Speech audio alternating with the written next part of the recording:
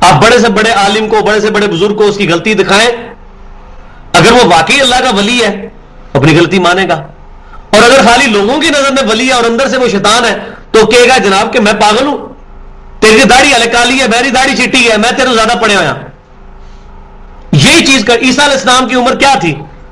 20-25 سال تھی جب آپ نے دعوت کا کام شروع کیا, اور وہاں یہود کے علماء 70-80 سال کے بابے بیٹھے تھے, وہ کہتے تھے یہ منڈا گنڈا میں کیا دعوت دے گا.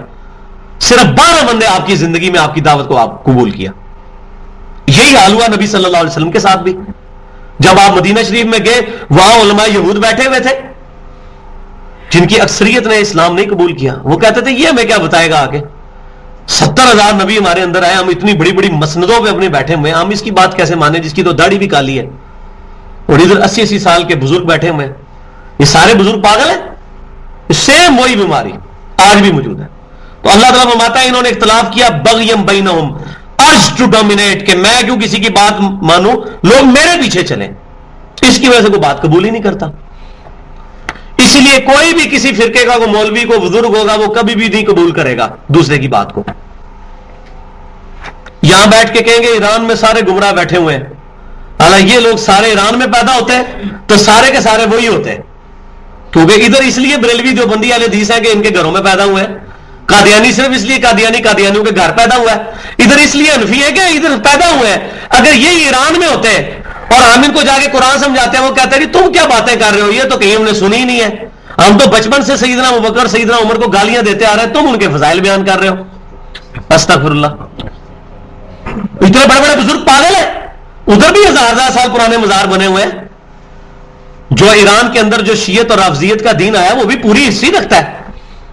ان کو یہاں سارے بریلوی بھی کہتے ہیں کافر, دیوبندی بھی کہتے ہیں کافر, الدیز بھی کہتے ہیں کافر. تو انہی سے پوچھو اگر تم وہاں ہوتے تو کیا ہوتے, تو ان کو کافر کہہ رہے ہوتے اپنے ہی لوگوں کو اگر وہاں ہوتے. اس کا مطلب ہے تم نے اپنی چوائس سے دین کو ایکسپٹ نہیں کیا, بل وجدنا آباؤنا, تم نے اپنے آباء و اجداد کو جہاں پایا تھا وہاں. تو بھائیو صرف قادیانی ہمارے نزدیک صرف اس لیے کافر ہوتے ہیں کہ ہم خود قادیانی نہیں ہیں, ورنہ ہمیں غیر احمدی کافر نظر آ رہے ہوتے. استغفر اللہ. ہم نے اپنے علم سے کوئی چیز نہیں حاصل کی ہے, ہمیں خود نہیں پتا ختم نبوت کا مطلب کیا, خود کلیئر نہیں ہے.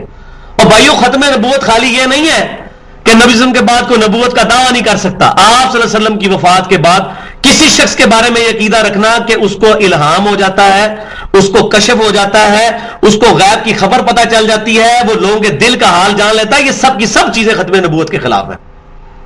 یہ سب جھوٹ ہے, یہ نہیں ہو سکتا. کیوں کہ اب یہ سلسلہ ختم ہو چکا ہے, اب وہی نہیں آئے گی. صحیح بخاری کتاب الشہادات چیپٹر میں حدیث موجود ہے سیدنا عمر کے بارے میں. اللہ کا شکر ہے بخاری میں سیدنا عمر کے بارے میں یہ بات موجود ہے, تاکہ وہ حضرت عمر کے بارے میں جو ایک واقعہ یا ساریت الجبل کہ انہوں نے 600 میل ایک پہاڑ کے دور کی طرف دیکھ کے تو وہ اشارہ کیا تھا, یہ تمام محدثین کے نزدیک ضعیف روایت ہے. اور سب سے بڑی بات یہ ہے کہ یہ سنن بہیقی کی روایت بخاری سے بھی ٹکراتی ہے. صحیح بخاری میں کتاب الشہادات میں حدیث موجود ہے, سیدنا عمر کہتے ہیں جب تک نبی صلی اللہ علیہ وسلم ہم میں موجود تھے, ہم سے کوئی شخص غلط بیانی کرتا تھا, اللہ تعالیٰ وحی کے ذریعے نبی صلی اللہ علیہ وسلم کو بتاتا, وہ ہمیں بتا دیتے تھے. جب سے آپ صلی اللہ علیہ وسلم دنیا سے تشریف لے گئے, ہمیں نہیں پتا لوگوں کے دلوں کے اندر کیا ہے, ہم ان کی شکلوں میں فیصلہ کرتے ہیں. اور بھائی صحابہ کو اگر ایک دوسرے کے دل کا حال پتا ہوتا تو سیدنا علی اور عائشہ کی جنگ ہوتی ہے آپس میں. سیدنا امیر معاویہ اور سیدنا علی آپس میں جنگ کرتے اگر ان کو یہ پتا چل جاتا کہ ہمیں منافقین لڑا رہے ہیں, اگر لوگوں کے دلوں کے حال جان لیتے. ان کو تو کوئی علم غیب نہیں تھا. اب 14ویں صدی کے ملے دعویٰ کر رہے ہیں. تو ان کو میں بڑا انٹلیکچوئل اور منطقی علم الکلام سے جواب دیتا ہوں. تم کہتے ہو بزرگ دل کا حال جانتے ہیں, میں اپنی انجینئرنگ کا فارمولہ ایک کاغذ پہ لکھتا ہوں جس میں 3 جو فیکٹرز ہوں گے وہ لاطینی زبان کے ہوں گے, 2 فرینچ کے ہوں گے, 5 جو ہے وہ کسی اور زبان کے ہوں گے. وہ کاغذ پہ لکھا ہوا مجھے کوئی بزرگ پڑھ کے بتا دے. دل کا حال تو چھوڑ دو, کاغذ پہ لکھا ہوا. دل کا حال کوئی جان سکتا ہے کیسے؟ اور بھائیو یہ صرف ان کا ایکسپیرینس ہوتا ہے. آپ بھی جب پبلک چیزوں میں انوالو ہوں گے, جیسے ٹیچرز ہوتے ہیں, ٹیچرز کا بڑی آبزرویشن ہوتی ہے اسٹوڈنٹس کے اوپر, وہ دیکھ کے بتاتا ہے کہ یہ ٹاپ کرے گا, یہ فیل ہو جائے گا, اس کا یہ مضمون کمزور ہے. تو علم غیب سے نہیں, وہ اپنا ایکسپرٹ اوپینین دے رہا ہوتا ہے, یہ کوئی بھی دے سکتا ہے. صحابہ کرام کو تو کچھ نہیں تھا ہوتا, اب ان کو کشف, اور یہ بھی چیز ختم نبوت کے خلاف ہے. اب خود دیکھیں قادیانیوں کے بارے میں ہم کیا فتویٰ لگا رہے ہیں اور اپنے ہمارے عقیدے کیا ہیں. اور یہ سیم باتیں غلام احمد قادیانی دجال نے اپنی کتاب میں لکھی ہیں. اس نے تمام پرانے صوفیاء کے حوالے دے کے کہا کہ اگر میں کافر ہوں تو یہ سارے دعوے وہ بھی کرتے ہیں، ان پہ بھی فتویٰ لگاؤ. ادھر ہمارے منہ بند ہو جاتے ہیں. میرے تو نہیں ہوگا منہ بند، نہ ہمارے منج کے لوگوں کا ہوگا، یہ ان کا بند ہوگا جو اپنے بزرگوں کو بچائیں گے. ہم تو کہیں گے کہ جو مرضی یہ بات کرے گا. تذکرۃ الاولیاء اٹھا کے دیکھیں آپ، اس میں بایزید بستامی کے اوپر پورا چیپٹر ہے، بایزید بستامی کی معراج، اور لکھا ہوا ہے کہ نبیوں میں رسول اللہ کو معراج ہوئی اور بزرگوں میں بایزید بستامی کو معراج ہوئی ہے. اٹھا لیں، میری تو نہیں لکھی ہوئی کتاب، یہ شیخ فرید الدین اتار 632 ہجری میں فوت ہوئے، آج سے 800 سال پہلے، ان کی کتاب ہے، بریلوی دیوبندی دونوں ترجمہ چھاپ رہے ہیں. اور اس میں لکھا ہے بایزید بستامی کہتے ہیں قیامت والے دن محمد اور صلی اللہ علیہ وسلم اور تمام نبی میرے جھنڈے کے نیچے ہوں گے. کسی کی جرت نہیں ہے اپنی زبان کھولے ان کے بارے میں. تو میں ان سے صرف یہ پوچھتا ہوں، غلام احمد قادیانی کیوں کافر اور تمہارے بزرگ کیوں مسلمان؟ اتنی جرت اس نے بھی نہیں کی تھی، اس کا نام بھی غلام احمد تھا، لیکن کسی کی جرت نہیں ہے کہ بات کرے. اتنی دین کی دھجیاں بکھیری گئیں. ہم لوگ خود بیان کرتے تھے، پڑھتے تھے، بڑا جھومتے تھے اس وقت، کیونکہ اسے قرآن حدیث تو پڑھا کوئی نہیں تھا. اب پتا چلا کہ اصل مسئلہ کیا تھا. میں نہیں کہتا کہ یہ ان بزرگوں نے ہی لکھی ہوگی، واللہ عالم، وہ مر چکے، دنیا سے جا چکے. اگر اچھے تھے تو اللہ کی جنتوں میں ہوں گے، اگر برے تھے تو عذاب بھگت رہے ہوں گے. لیکن مسئلہ یہ ہے کہ جو آج کتابیں چھاپ رہے ہیں، ہمارا اختلاف ان کے ساتھ ہے، اور وہ بضد ہے نہیں، یہ ہماری بزرگوں کی باتیں ہیں. آپ کو سمجھ نہیں، معرفت دی گلاں نے، جیڑی پٹھی گل ہے وہ معرفت دی ہوندی ہے. یہ ایک نام رکھ کے تو اس کے ہر کتے کو لال کر لیتے ہیں اس میں، یار یہ معرفت کی بات ہے. استغفر اللہ واتوب الیہ. فہد اللہ الذین آمنوا لما اختلفوا فیہ من الحق باذنہ، پس اللہ نے ہدایت بخشی جو ایمان لائے تھے ان کو ان چیزوں کے اختلاف میں اپنی توفیق کے ساتھ. ایمان والے جو ہیں وہ اللہ کی توفیق کے ساتھ حق تک پہنچ جائیں گے. جو واقعی ایمان لائے. ایمان والا کون ہوتا ہے؟ سمعنا وطانا، سنا اور مان لیا. جس نے پڑھ لیا ایاک نعبد و ایاک نستعین، دعا بھی صرف اللہ سے، عبادت بھی صرف اللہ کی، مان لی اس نے. سیدنا علی سے دعا نہیں کرے گا، شیخ عبد القادر جیلانی سے دعا نہیں کرے گا، کسی فرشتے سے دعا نہیں کرے گا، کسی پیغمبر کی روح سے دعا نہیں کرے گا. اس نے مان لیا، اللہ نے اس کو ہدایت دے دی.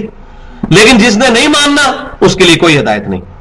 واللہ یہدی من یشاء الی صراط مستقیم، اور اللہ تعالی ہدایت دیتا ہے جسے چاہتا ہے سیدھے راستے کی طرف. اس کا یہ مطلب نہیں ہے کہ اللہ تبارک و تعالیٰ زبردستی کسی کو ہدایت دیتا ہے. جو کوشش کرے گا اس کو ہدایت ملے گی، جو کوشش ہی نہیں کرے گا اس کو کوئی نہیں ہدایت ملنی. اور کوشش کیا ہوگی؟ جب اس کو کوئی بات بتائی جائے گی حق، وہ قبول کر لے.